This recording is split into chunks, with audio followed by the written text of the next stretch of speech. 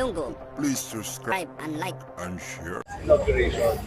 Nung pagkatapos po ng inauguration ng Phase 1C po ng Pasig Urban Development, ito po yung pinipropose na namin na gagawin namin new development for the extension of the Pasig River Esplanade.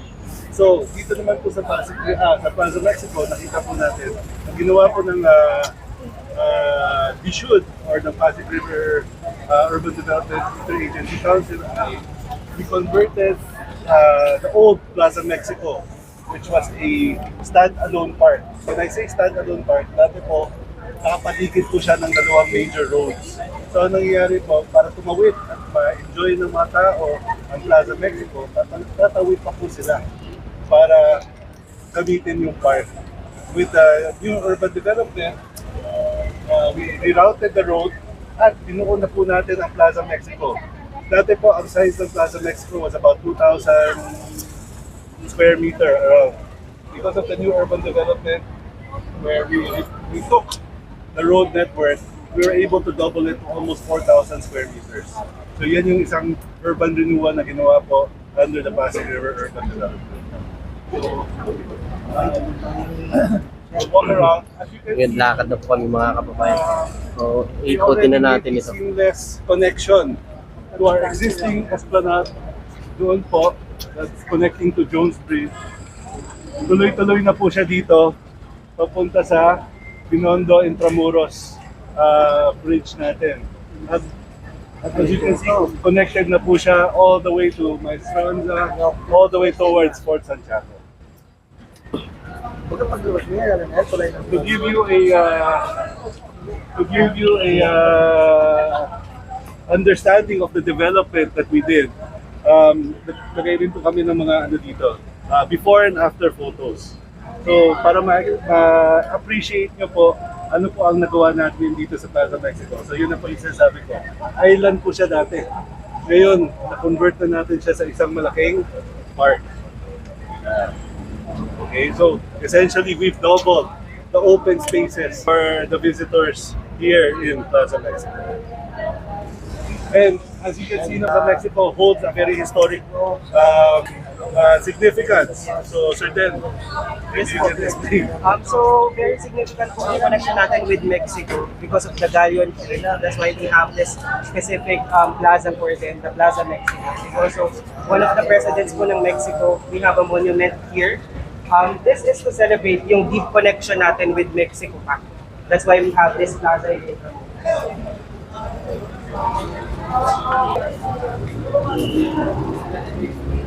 Napakaganda rito, pwede na mga magawa. Bami. So as you can see, we connected Plaza Mexico as well to Maestranza. Maestranza naman po, makikita natin ang lawak-lawak po ng open space po natin. So, ito na yung phase 3. Ang kagandahan din po dito, we now have a connection rin sa Binondo Intramuros Bridge. So we have a very pedestrian-friendly walkway connecting major areas here around Intramuros and Binondo. So maganda na po yung loop na pwedeng ikutan ng tao, madali na po yung access nila papuntang Binondo, madali na pong makarating ang mga tao papuntang Intramuros. Naka-connect po yan sa esplanade natin, connected rin sa Jones Bridge. So the interconnection for all pedestrians and visitors, both local and foreign tourists, buo na po natin.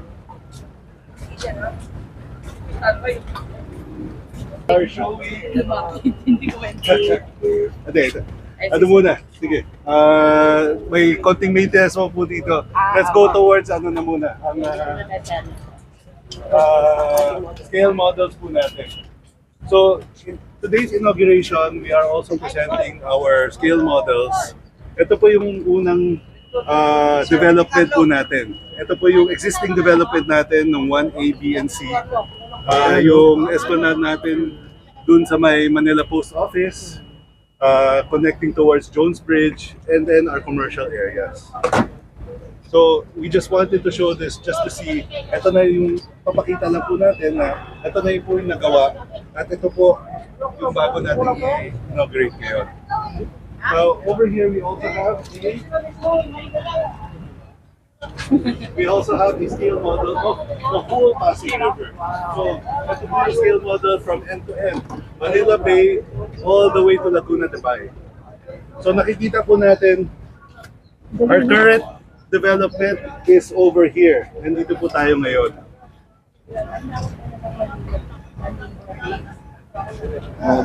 So, nandito po tayo ngayon. Ito po ang nagawa na po under the Pasig River Urban Development. To date, 1.1 kilometers na po tayo. So, pag nilakad nyo po from Manila Post Office all the way to the Postigo entrance of Fort Santiago, that is 1.1 kilometers.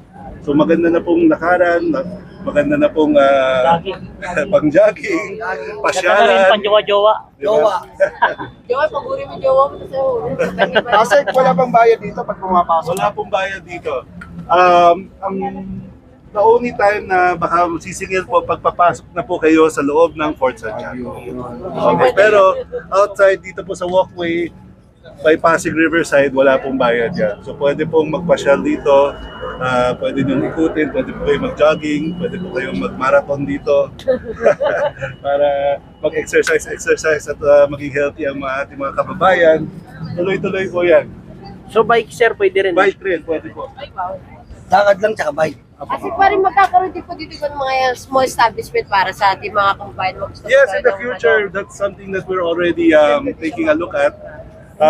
Gusto rin po namin na ma-invite mas marami pa pong tao dito. So, pinag-aaralan po namin ngayon paano namin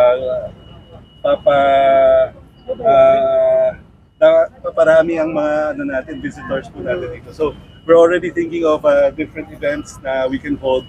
Abangan nyo po at ipapaalam po rin namin sa inyo. Before we go any further, ito po yung last scale model. This is a concept of our future East Showcase, which will be in Makati. This one is a showcase or a concept of Rockwell. Oh, yun Rockwell yun sa ano yun. Wow. So ito po yung Rockwell na yan. Pantaleon Bridge, if I'm not mistaken. Oh. Yes. So, parte po. Rizal. Yes, sir. Parte po yan ng Pasig River Urban Development at one of our future projects talaga is to go towards Makati side. Mag-start po kami doon at ang gagawin po namin, we will connect our existing esplanade towards the Makati Esplanade. Wow. So magkakaroon rin po tayo. Ang highlight po dito is makikita nyo ang pagkakaiba ng existing esplanade natin sa future Makati Esplanade is that iba na ang architecture dito. Modern na po siya. Hindi kagaya po dito ngayon because we are in a historical and cultural capital or hotspot ng Manila. Neoclassical architecture here. So very pa yung mga natin. Very classical yung paggawa ng mga balusters po natin, ng mga lamps po natin. But dito damihan nyo. Yung natin, yung concept naman po natin for Makati, mas modern na po siya. So mga ang iniisip po natin, mga glass na mga railings. Mga stainless. Yes. So more modern architecture to mirror the area that we are building. Kailan po sisimula po yan sir? Actually, nagsisimula na po kaming makipag-usap sa Makati LGU. Nakikiusap na rin kami sa mga private sectors doon dahil interested po sila na makipag-tulungan para magawa. Kasi nakikita rin naman po nila na magandang idea ito. Lalong-lalo na pag na-connect na po natin yung mga esplanades natin. Isipin niyo po, if we can connect this existing esplanade all the way to Makati, that would be around a 15-kilometer esplanade or more. So maganda pong na yan. Tapos makikita nyo, it is an alternative pathway na for for the people here in Metro Manila na pwede na silang maglakad, magbike through the esplanade to get from Makati to Manila. Diba? So instead of gumagawa tayong karagdagan na kalsada na nagdadagdag lang rin ng mga sasakyan, gumagawa na lang tayo ng alternative pathway for more pedestrian friendly, more bike friendly, para yun na yung alternative mode of transportation natin na gagamitin ng mga tao.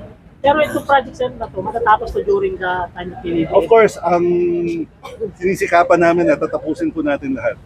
Yung nakita niyo po doon sa scale model ng Pasig River, we are doing our absolute best so that we can complete that whole.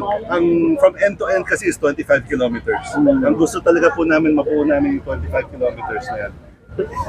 And the best case scenario, both sides po yun. So 50 kilometers worth of Esplanade. Sir, pwede po ba kami mga vlogger na i-cover po yung project? Of course, wala naman pong problema. But of course, siyempre, we want to make sure na bago rin kayo pumunta na safe na rin yung area at hindi rin kayo magkaroon ng aksidente doon. But of course, you're more than welcome to come visit us as we create more open spaces for fellow Filipinos. Sir, may ano ba dito? Walang istasyon dito? May istasyon ba dito ng ganyan? Police. Hindi yun yung ganyan. Wala. Di ba? Ferry station? Oh, ferry station. Before there was a Plaza Mexico station, we are in talks with MMDA na baka bubuhayin po. Oh, yun sir. Dudumugin na to. We will, I mean, in the future kasi marami naman po tayong mga provisions for other ferry stations. So, we are, yan yung kagandahan ng Pasig River Urban Development, kaya nga Interagency Council. Kasama po sa Interagency Council namin ang MMDA, ang DPWH, ang DOTR, ang Department of Tourism, and other agencies, DNR. Kaya nag-uusap-usap po kami kung ano yung magandang future projects po natin para nagko-convergence projects tayo. Ang ibig po sabihin ng convergence project is nagtutugma at nagsasama-sama yung mga project ng iba't ibang ahensya. So yan yung mga convergence projects na pinag-usapan po natin. Alright, so we'll continue. Lakad. Yes. So, assets, tanong ko lang, magkakaroon ba tayo ng upuan dito? Yung may strands natin. Well, in the future, we will have provisions for it, I think. But one of the things that I'd like to mention then, we have other plans for my strands as well. Because isang concept rin po namin, magkakaroon tayo ng isang malaking fountain po dito sa gitna. Wow. Magkakaroon pa tayo ng mga open art installations kasi ang gusto rin po ni Secretary na parang maging art gallery itong area na to. Diba? So, kaya nga, one of the things I'd like to highlight, kaya nga nilagay po tayo ng mga murals dito sa walls natin along Maestranza is just to show ano po yung pwede nating ipeg dito. Ito po yung itong mural na po ito. This is a mural painted by Botong Francisco, one of our national artists. Ito po yung mural na sa Manila City Hall. Ito po yung history of parang Philippine history. 500 years worth history, if I'm not mistaken. So, ito po yung peg na gusto natin na magkaroon din po tayo ng mural dito in the future. Na we are going to tap our up-and-coming and already well-known Filipino artists para i-showcase po nila ang talents po nila para mapakita sa lahat ng tao. At ma-enjoy rin ng ating mga mamamayan. Diba? Sige po. Just to explain, ito pong Maestranza, dati po, before pumasok ang DSUD, ano po siya?